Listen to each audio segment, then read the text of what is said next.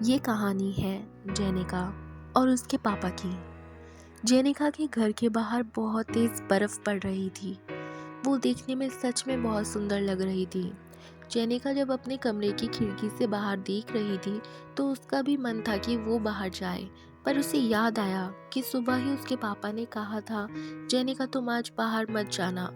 पूछने पर क्यों, उसके पापा ने जवाब दिया, मुझ पर विश्वास रखो जेनिका, मैं नहीं चाहता कि तुम आज बाहर जाओ।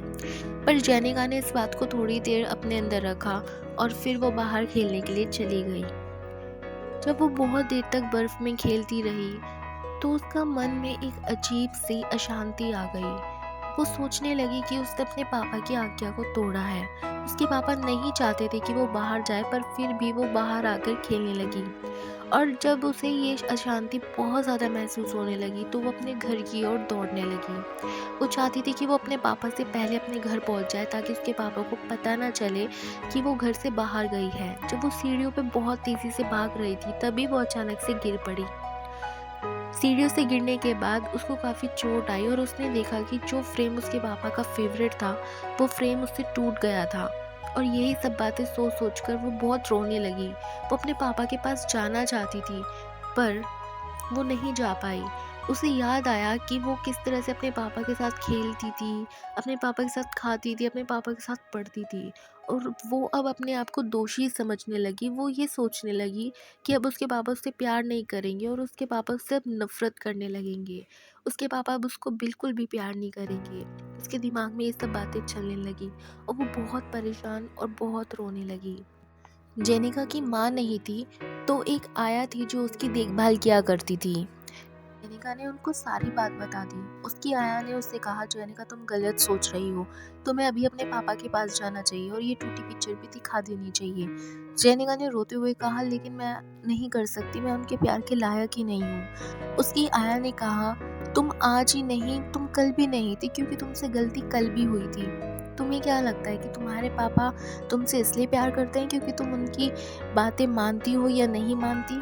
तुम्हारे पापा तुमसे इसलिए प्यार करते हैं क्योंकि तुम उनकी बेटी हो। क्या उन्होंने ही तुमसे नहीं कहा था जब से तुम छोटी हो तभी से कि वो तुमसे कितना प्यार करते हैं? तुम उनके शब्दों पर शक कर रही हो। क्या तुम्हें सच में लगता है कि उनका प्यार तुम्हारे लिए तुम पर निर्भर करता है?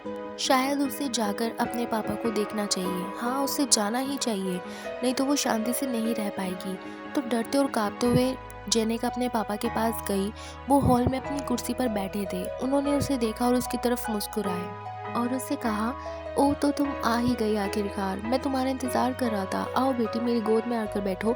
जैसे ही उन्होंने कहा, जेनिका ने कहा, आप नहीं समझोगे पापा, आप मुझसे कभी प्यार भी नहीं करोगे क्योंकि आप नहीं जानते कि मुझसे क्या गलती हुई है। उसके पापा ने कहा, मैं जानता हूँ जेनिका, तुम सोचती भी नहीं उससे ज़्यादा। मैंने तुम्हें बाहर जाते हुए देख लिया था, मैंने तुम्हें गिरते हुए भी देखा और ये भी जानता हूँ कि तुमसे वो फ्रेम टूट चुका है। मैंने सब कुछ देखा। जेनिका ने कहा, आपने देखा था, लेकिन आप तो काम पर गए थे। क्या आप काम पर नहीं गए थे? उसके पापा ने सिर हिलाते हुए मना किया और कहा, मैं आज की छुट्टी लेना चाहता था और मैंने आज की छुट्टी ली थी ताकि मैं आज पूरा दिन तुम्हारे साथ रह सकूं, और इसलिए मैंने तुम्हें मना किया था कि तुम बाहर खेलने मत जाना। जब मैंने तुम्हें गिरते हुए देखा तो मैं चाहता था कि तुम मेरे पास आओ ताकि मैं तुम्हारी पट्टी कर सकूं, तुम्हारी सहायता कर सकूं। जेनिका को सुनकर अफसोस हुआ और उसने पूछा, पर पापा आप कैसे मुझसे अभी भी प्यार कर सकते हैं? उसके पापा मुस्कुराए और कहा, बेटी तब तुम पैदा भी नहीं हुई थी जब से मैं तुम्हें प्यार करता हूँ। हालांकि कभी कभी तुम्हारे कुछ कामों का रिजल्ट अच्छा नहीं होता तो तुम्हें ऐसे कामों को छोड़ देना चाहिए। तुम्हें मेरे प्यार से कुछ भी अलग नहीं कर सकता। अब आओ, तुम मेरे पास आओ, मुझे तुम्हारी मदद करने दो। जेनिका को ये सुनकर बहुत अच्छा लगा कि उसके पापा उससे इतना प्यार करते हैं और उसने फैसला किया कि वो अपने पापा की हर बात माना करेगी और जिन बातों को मानने में उसे मुश्किल महसूस होगा उनमें वो अपने पापा की सहायता लिया करेगी। हमारे स्वर्गीय पिता भी हमसे बहुत प्यार करते हैं। गलती या पाप हो जाने पर सिर्फ दोषी नहीं महसूस करते रहना चाहिए, बल्कि हमें तुरंत यीशु के पास जाना चाहिए। वो हमसे बहुत प्यार करते हैं और केवल वही हैं जो हमें हमारे पापों से छुटकारा दिला सकते हैं।